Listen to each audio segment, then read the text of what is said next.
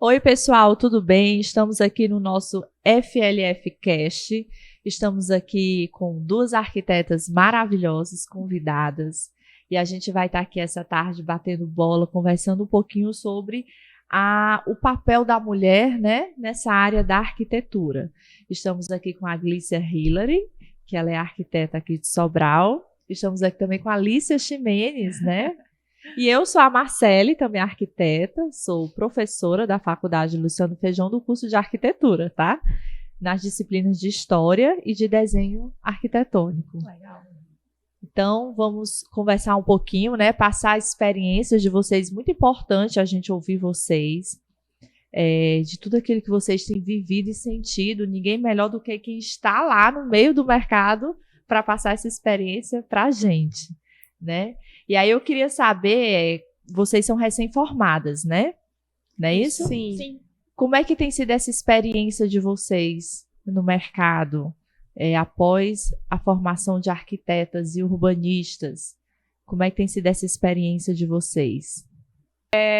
Foi um grande ponto de interrogação na minha cabeça, porque a gente sai do mercado de trabalho, não, da faculdade, e entra no mercado de trabalho perdido, porque muita experiência você ganha na prática, né? Graças a Deus eu tive o privilégio de já estar trabalhando em um escritório e só fui efetivada como arquiteta lá. Mas ainda me batia o medo, porque paralelo a isso eu ainda pego projetos de maneira autônoma. Então eu meio que fico, e aí eu vou tirar dúvida com quem agora? Porque não tem professor para ajudar, não tem ninguém, é só você por você. Não tem com quem você contar. E acho que foi só esse ponto de interrogação nesse nicho, sabe? Mas eu acredito que isso é um grande privilégio, porque tem pessoas que não têm esse ponto de apoio para poder, essa alavanca, né, para você crescer. Como eu. Verdade. O meu estágio foi no escritório de engenharia, né? Inclusive, no escritório de engenharia que ainda hoje é parceiro meu, é a Sala de Engenharia, que é do meu namorado, Gustavo, engenheiro. E até hoje a gente trabalha juntos, mas eu não tive um escritório de arquitetura em que eu estagiei, então eu saí sem experiência alguma na arquitetura, né? Eu tinha experiência em obras, né? Eu visitava as obras com ele, o meu estágio supervisionado foi com ele, então alguma experiência eu tenho em obras. Mas em arquitetura e interiores, que é o que eu realmente trabalho hoje, né, o meu foco maior é em interiores, eu realmente não tinha. Então, o grande ponto de interrogação do meu início de carreira foi exatamente esse ganho de confiança, né? Por onde começar? Como conseguir clientes? Como passar para eles que eu sabia, se eu não tinha o que mostrar? Eu não queria trabalhar com obra, eu não queria trabalhar com engenharia, eu não queria trabalhar com o Gustavo direto. Não por trabalhar com ele, mas por trabalhar com engenharia. Sim. Eu queria trabalhar com interiores, com o que eu gostava de fazer. Claro. Então, eu queria arrumar um jeito de mostrar para os meus futuros clientes que eu sabia fazer o que eu queria fazer. Então, eu fui em busca de cursos, né?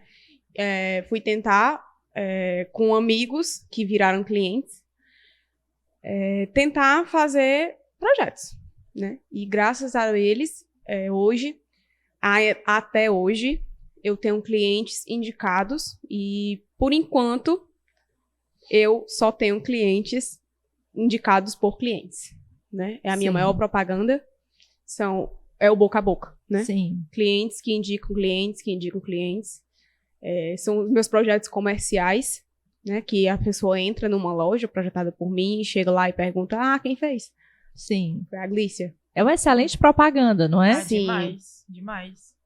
Hoje, a maior propaganda sempre foi o boca a boca, né? Verdade. Além de hoje vir a rede social. Né? Sim. Mas, enfim, a minha maior propaganda hoje é o boca a boca. E o meu maior desafio foi por onde começar.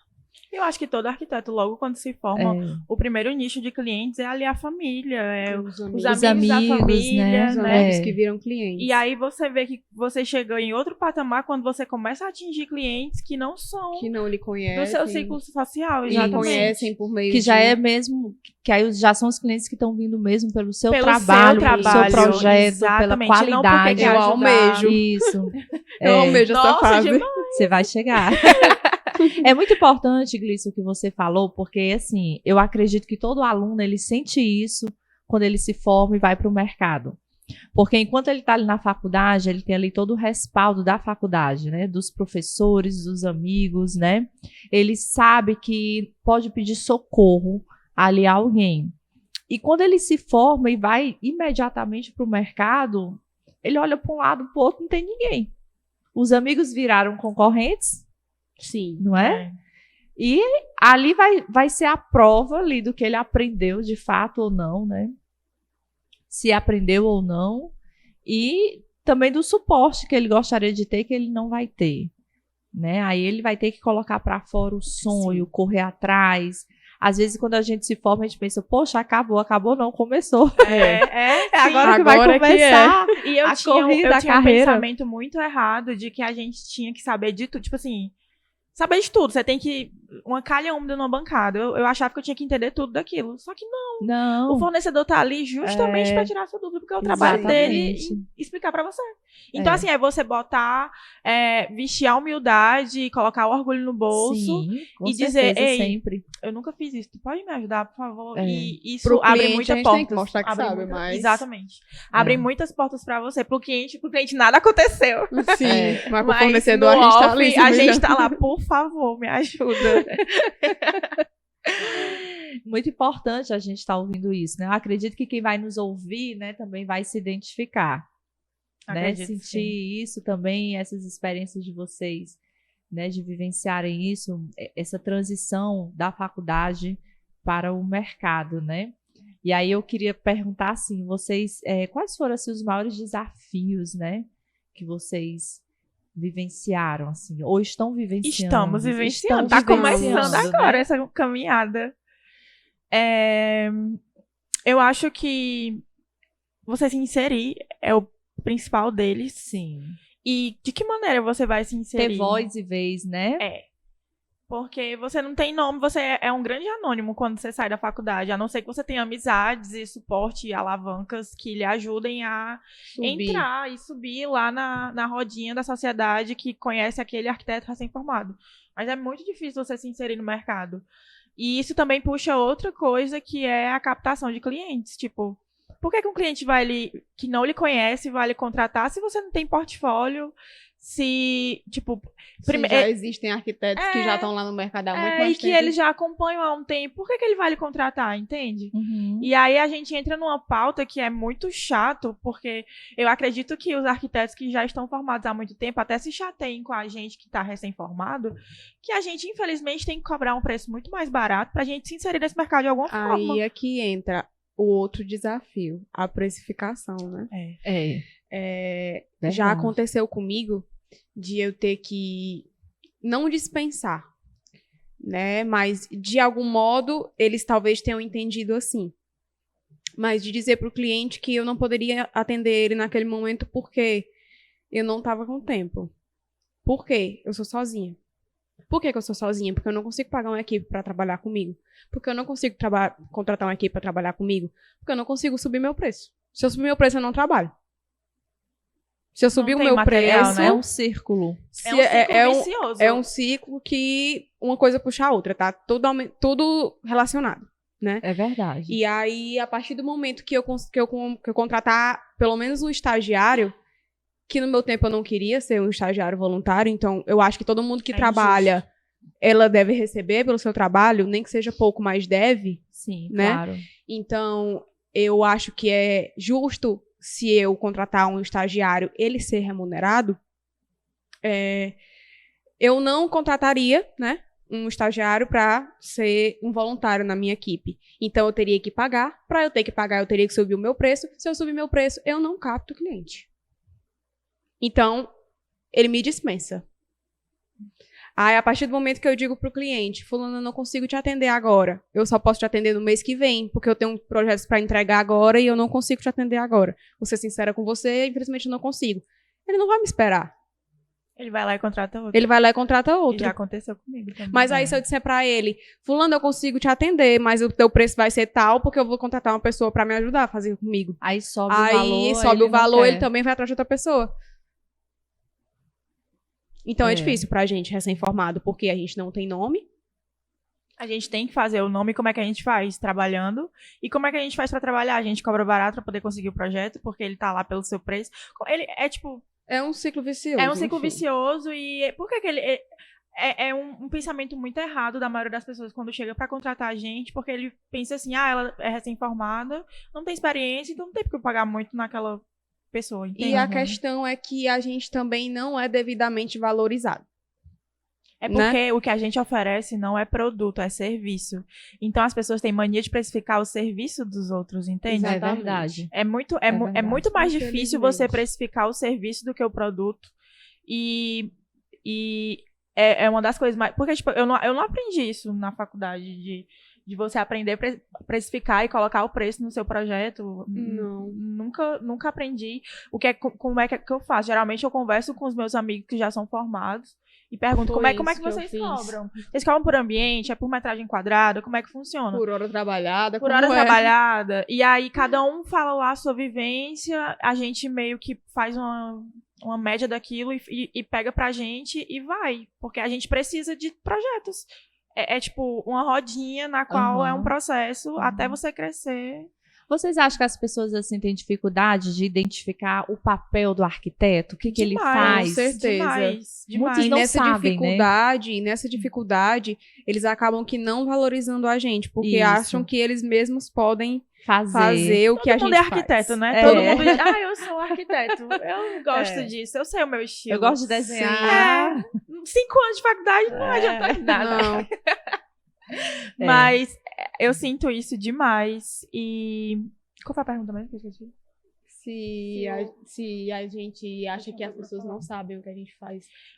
Eles não sabem o que a gente faz e como funciona o nosso processo. Tipo, tem também os clientes que procuram a gente com uma semana antes e querem o projeto na semana seguinte. Exatamente. Acha que é assim, ó. Quando eu Mas não é o entrego- computador que faz. É. Não é rápido. Quando não, eu meu amor, entrego a atrás do proposta, computador tem uma pessoa. Tem alguém mandando o computador fazer. Tem alguém mandando né? o computador fazer, tem alguém pensando, decidindo por que o exato. computador vai fazer aquilo. Não é É. assim que funciona. É É até um exatamente. assunto que eu quero muito, muito levar para as redes sociais, porque eu acompanho muitos arquitetos, eu não vejo nenhum falando sobre isso.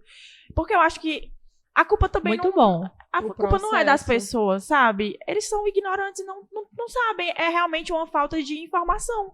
Então é Sim. importante você falar, ó, esses são os processos de a entrega de um projeto executivo. E cada processo desse, cada etapa desse Leva demanda tanto tempo. Aí você Isso, fala, entendeu? prazo. Para as pessoas entenderem o momento certo de procurar um arquiteto. Porque às vezes o cliente procura faltando 15 Achando- dias para acabar a isso. obra e acha que você vai decidir o piso em um dia.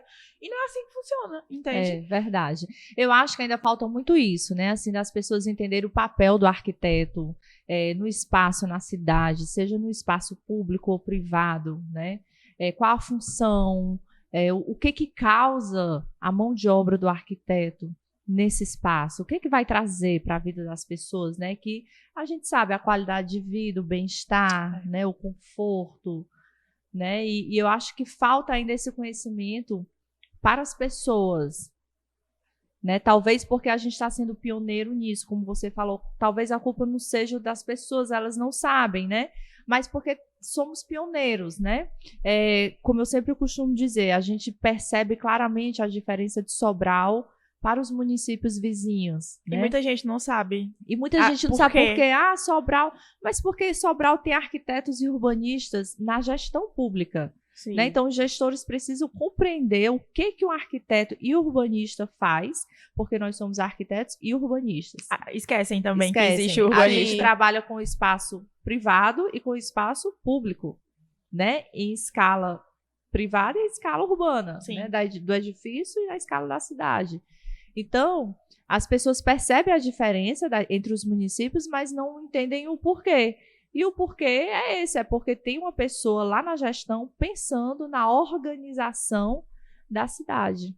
Né? Claro que o urbanista nem de longe faz isso só, né? Ele não pensa a cidade só, existe uma equipe de profissionais, geógrafos, ambientalistas, historiadores. E a né? própria população também ajuda. A população, a comunidade é um personagem, né? Assim, Atuante. Protagonista, Sim. né? Mais que o urbanista é o profissional que é apto a organizar e pensar a cidade, né? E é muito bom que os gestores comecem a perceber isso e comecem a inserir esse profissional na gestão pública, né? Seja para a cidade ou para os edifícios públicos. Sim. Também tem os edifícios públicos, né? Grandes mercados, grandes centros culturais, né? Então, são edifícios que trabalham com o público. Os patrimônios também. Os patrimônios, né? Então, é muito interessante isso. Eu acho que o primeiro passo para a nossa valorização, que vai interferir no valor financeiro, no pagamento, quando as pessoas começarem a entender a importância, né? Eu preciso desse profissional. O trabalho dele vai transformar isso daqui. Aí eles talvez paguem o que o profissional vai pedir. A valorização tem que vir de cima, A valorização né? tem que vir. E muita gente acha Né? que quem pode substituir o papel de arquiteto é o engenheiro. Não tem como não problematizar isso, porque a gente consegue... Eu enxergo claramente muitas residências que são feitas por engenheiros, que não tem... Assim, são áreas que se complementam, não são rivais, sabe? Exatamente. Eles se complementam e Eu aí que a o diga. gente entra em espaços e áreas que o engenheiro não vai, assim como ele vai em áreas e espaços que a gente não vai. Exatamente. E o preço que eles cobram, às vezes, é mais barato do que o arquiteto, porque, enfim, N Sim. motivos. E eles acabam optando por um engenheiro, um tecnólogo, entende? São vários profissionais que substituem a função de um arquiteto. Isso também é muito difícil pra gente que está se inserindo no mercado. É difícil pra quem já está no mercado. Imagina pra quem tá entrando. agora. Entende? Você tocou num assunto muito importante. A gente sempre passa isso também, que eu acho que é importante, o papel da faculdade, já ali no embrião do profissional, já está ensinando esses valores, né? Que o engenheiro e o arquiteto, eles se complementam. Sim.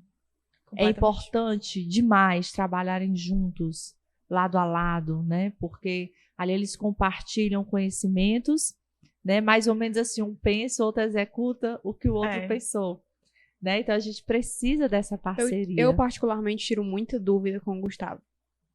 Tiro muita dúvida com ele. De estrutura, muita dúvida, né? Eu acho que é como a Alicia disse. Se completam. Realmente se completam e não deveriam ser vistos como são rivais, né? Às vezes tem os que querem se bater, Querem né? insistir nisso, Querem né? insistir nisso, mas eu acho que devem realmente ser amigáveis, né? É uma briga que não traz nenhum benefício. Nenhum pra benefício. nenhum dos Pra nós, nem lados, pra pra eles, eles. né? Benefício. Nenhum. Traz malefício. É melhor fazer logo as pazes, É. né? Deixar as brigas de lado. Mas é importante mesmo. Eu também. Eu sempre tenho. A gente precisa ter o engenheiro lado a lado, né? A equipe necessária, toda a equipe sim. necessária é importante, né? Sim. E assim como mulheres, vocês já passaram por alguma coisa? Vocês percebem alguma diferença no mercado por serem Nossa. mulheres? Demais. Sério? Demais, meu Deus. Não só por ser arquiteto, acho que como mulher, a gente já tá com a bandeirinha aqui, ó, sinalizando de já ter passado por várias coisas. Mas o mercado que a gente atua, que é o da construção civil, a gente já é um mercado majoritariamente masculino. Então, já é um desafio aí. Já começa aí, né? Aí a gente traz na bagagem também toda essa história que a gente já discutiu aqui, que é invalidação por ser recém-formada, precificação, a própria função de arquiteto não ser valorizada, e aí soma com o fato de você ser mulher, né? Porque existe também, eu já fui o tempo inteiro subestimada tanto em obra como por próprios clientes. Existe muita diferença de tratamento do cliente homem para cliente mulher. Às vezes eu vejo que é a própria cliente mulher que vê a importância de contratar um arquiteto e o homem não vê. tá lá só porque tem que estar, sabe? Sim. Mas é uma incessante luta, sim, de você ficar se impondo o tempo inteiro, mostrando o seu valor, porque já aconteceu situações em que eu via que o cliente estava fazendo aquela pergunta não porque ele estava com dúvida, mas porque ele queria me testar o tempo inteiro, sabe? E aí você fica lá sendo testado o tempo inteiro. É uma chatice. É exaustivo, sabe? Mas eu acho desafiador demais. Não só como arquiteta, mas a gente traz não só o fato de ser mulher, mas todas aquelas discussões que a gente já teve, como eu falei. E é isso. Apesar da nossa profissão, né, ter a maioria de Mulheres. mulheres, né? Mas você vê que se o cliente tiver a oportunidade de contratar um homem, é o homem que ele vai contratar. Né? Você sente isso? Eu sinto. E assim, já tem aquele peso, como a Alice disse, da gente ser recém-formada. Mas se você desce numa obra nova, mulher, aí lá vem o mestre de obra. Lá vem o mestre de obra com a sua experiência, né? Já geralmente é uma pessoa idosa, com muita experiência, o cara mesmo bruto, geralmente eles são bem brutos. E aí ele olha pra você como quem diz, é essa que vai mandar na gente? Essa história que a Glícia Aquela tá bichinha bem falando me novinha lembrou que vai de uma mandar na situação em que foi até recente com um cliente meu, em que eu fiz o projeto luminotécnico. E aí eu mandei pra cliente, aí no dia seguinte ela, Lícia, tem como você vir aqui? É que ele não tá entendendo, é só pra tirar umas dúvidas. Na obra. Aí eu fui achando que era de fato dúvidas, mas ele não sabia ler o projeto, ele não entendia os símbolos, as cotas, nada. Por um momento eu achei, olha aí, o fato de você ser mulher, você fica se invalidando o tempo todo. Será que o problema não sou eu? Eu achei que o meu projeto não tava bem claro, né? Tava faltando alguma coisa. Sim, bem só que eu detalhado. nunca tinha tido esse problema com mais ninguém, sabe? Ele tinha sido o primeiro. Aí eu, tá, mas aí cheguei lá, assim que eu desço do carro, ele é aquela dali, tipo assim, uma menina nova, mulher. É aquela menina ali. Aquela menina ali que vai me ensinar alguma coisa, sabe? Logo a mim.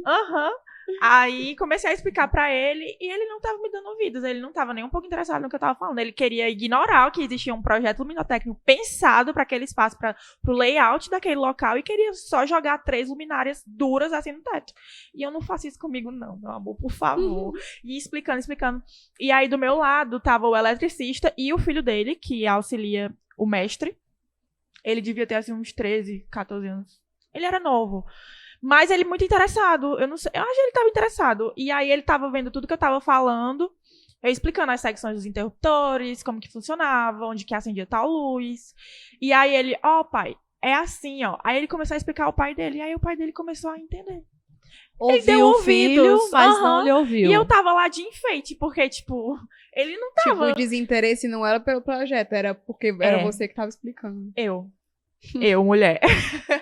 E esse é um peso, tipo, e a gente já, eu tava até conversando com a Glícia sobre, a gente já se sente muito olhada quando a gente vai numa obra. Com certeza. Um ambiente só masculino, você tem que escolher a roupa certa pra ir, pra não chamar atenção, né? Que não deveria existir, né? É, verdade. E aí, você chega lá, e aí, doutora ou patroinha, como chama, mas a gente sabe que eles estão botando doutora ou patroinha, só... bota a gente lá embaixo de subestimar Só nosso mesmo conhecimento mesmo. É uma ironia enorme, o doutor ou patroinha.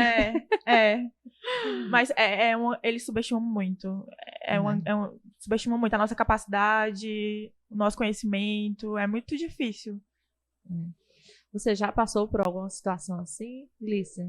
Como a Alicia disse, os olhares, né? Não só nas obras. Nós mulheres, a gente, infelizmente, somos muito assediadas verbalmente, né? Só os olhares a gente já se sente muito incomodada. Né? Eu me lembro quando eu era estudante, antes de ser arquiteta, eu fiz o curso técnico em edificações, né?